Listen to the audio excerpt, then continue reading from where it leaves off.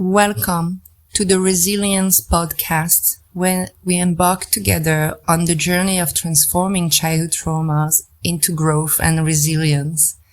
I'm Amandine Mas, a survivor of an ignored traumatic childhood.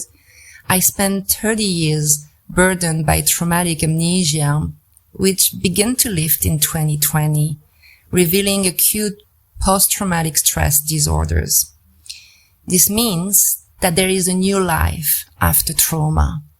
This is why I became a trauma-informed coach and an energy healer, specializing in releasing buried childhood emotions to guide you on this beautiful adventure toward inner freedom, no matter your past. The Resilience Podcast is a safe space for us, traumatized, sensitive, and resilient souls to find reliable information and practices to gently release our burden from the past. It's also a place to listen to testimonies of resilience and to share your reality in the comments if you wish. I'll see you right now for a new episode of Resilience. Hello, today I want to walk you through a topic that is increasingly documented. It might seem crazy at first, but it's also great news for all of us who experienced childhood trauma. I'm gonna talk today about the lifting of amnesia, the lifting of traumatic amnesia, which is also the beginning of our post-trauma life. This is my testimony of resilience after 11 years of total traumatic amnesia, 20 years of partial amnesia due to lack of support from my family, and 4 years of severe post-traumatic symptoms still minimized by people around me. But my point is, despite these 35 years of nonsense, loneliness, sadness, depressions, self-destruction and anger, I am very happy today to be emerging from this psychological trauma finally. At 40 years old, I am slowly dismantling this false identity that I built from this half of myself to rebuild my sense of self by reintegrating the other part that was dormant. In other words, I'm taking the necessary time to recover what my brain and body deprived me of for 35 years. I'm learning day after day to regulate my emotions, resurfacing from the past to enjoy the present. I am discovering the joy of meeting the real me, of living fully what I came here to do, to make sense of what seemed senseless, which is trauma. So my message for you today in this episode is that the lifting of traumatic amnesia is a significant and important moment. It's like a reunion with people you barely know, but who you have missed so much. And according to the numerous testimonies I have come across, the lifting of traumatic amnesia can be triggered at any moment in your life, following a specific event reminiscent of the trauma, such as the death of the abuser, the birth of a child, an abortion, the end of financial precarity, retirement, or a simple smell, a sound, or a stranger's face on the street that plunges you back into what you had forgotten. The emergence from amnesia can also occur more gradually when you come out of a survival or over adaptation situation and you discover a sense of inner safety for the first time. And this is what happened to me.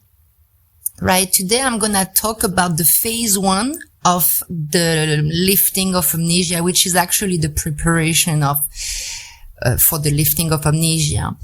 And in my case, the lifting of the veil on my trauma occurred from the moment I broke free from my family's hypnotic hold and allowed myself to listen to what was happening in my body. It all started when I decided to distance myself both geographically and emotionally from my original environment where the trauma was created. In 2017, I felt a visceral need to leave my country to live better elsewhere. Then I found a way to make a living while traveling, and that's when I discovered a new sense of freedom within me, as if I could breathe with my full lung capacity, as if nothing could harm me. It was like leaving a prison temporarily. It was in January 2018. I was single for the first time of my life and was traveling alone in Asia on the beautiful island of Koh Lanta in Thailand. That's where I bought my first journal, a simple notebook which would change my life. That's where I sat facing the sea and started writing my emotions and feelings every morning without really knowing why.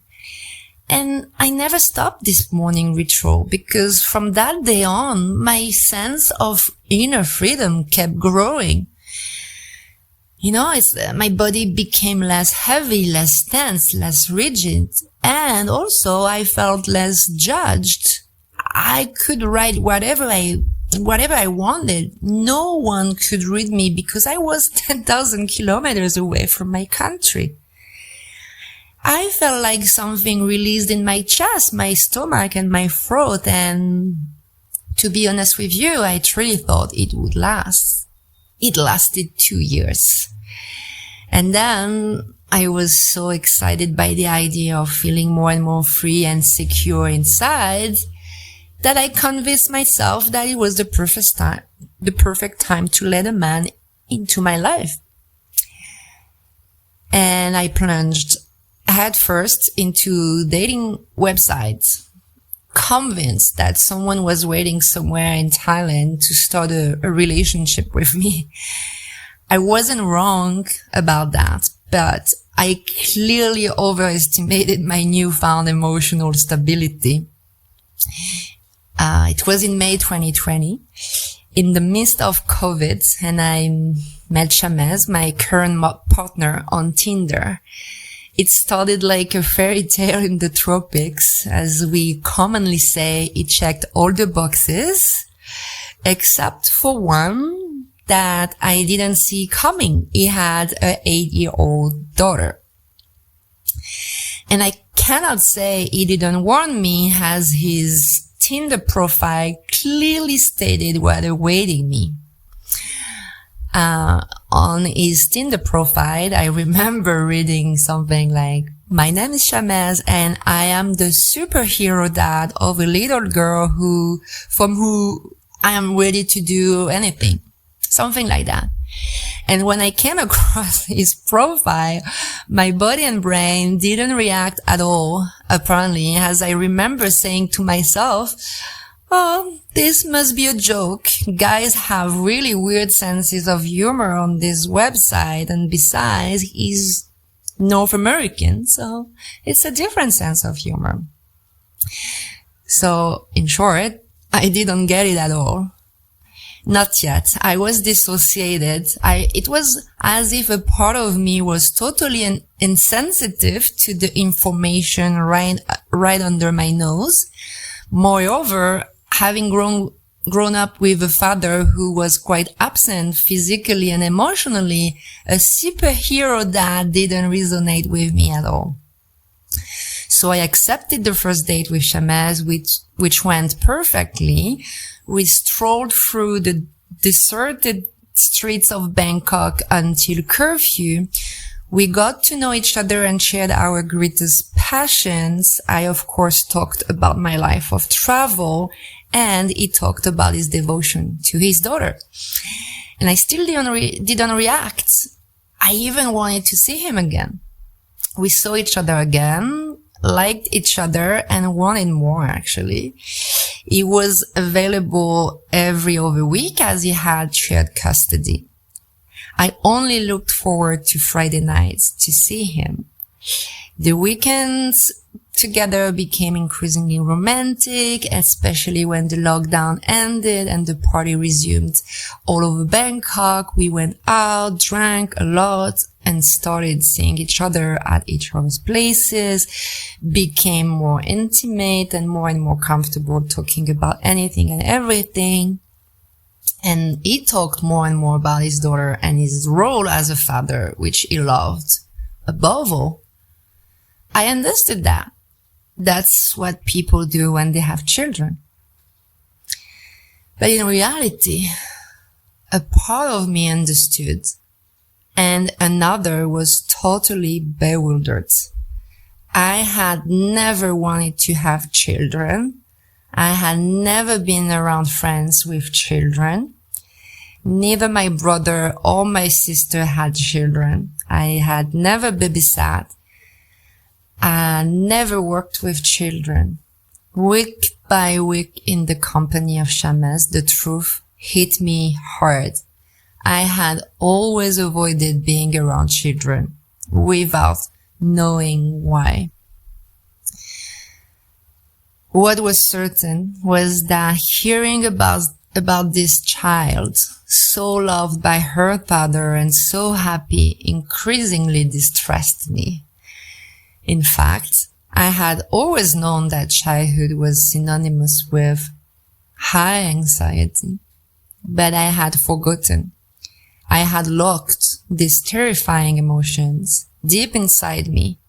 I entered traumatic amnesia more than 30 years ago. So what is traumatic amnesia? It is a memory disorder that is part of the arsenal of symptoms that appear after a traumatic event, and it falls under the category of post-traumatic stress disorder. So what happened is that my memory preferred to forget what happened when I was the same age as that little girl, because no one consoled me from the violence inflicted on me. My brain preferred to freeze for 30 years rather than break down.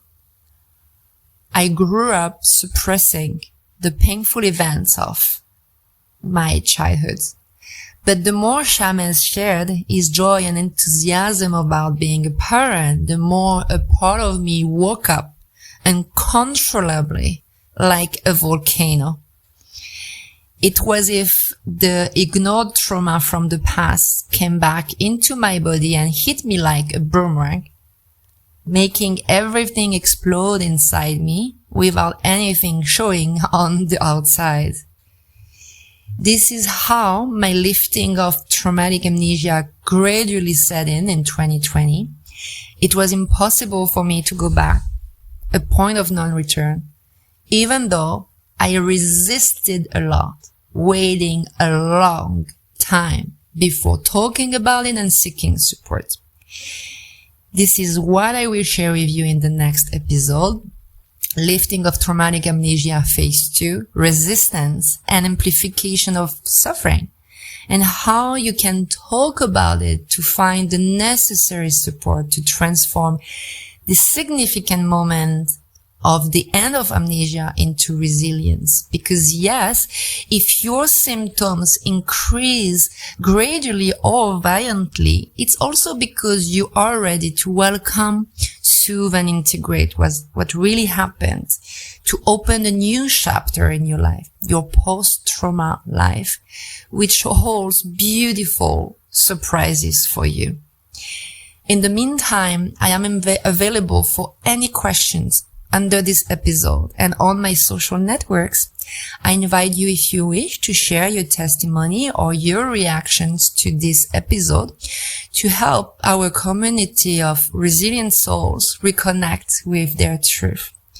I also invite you, if you are ready, to book your free consultation with me to see together how trauma-informed coaching can help you find your best solutions, which are already here within you. With all my heart for your liberation and your new life. I'll see you soon. Bye bye.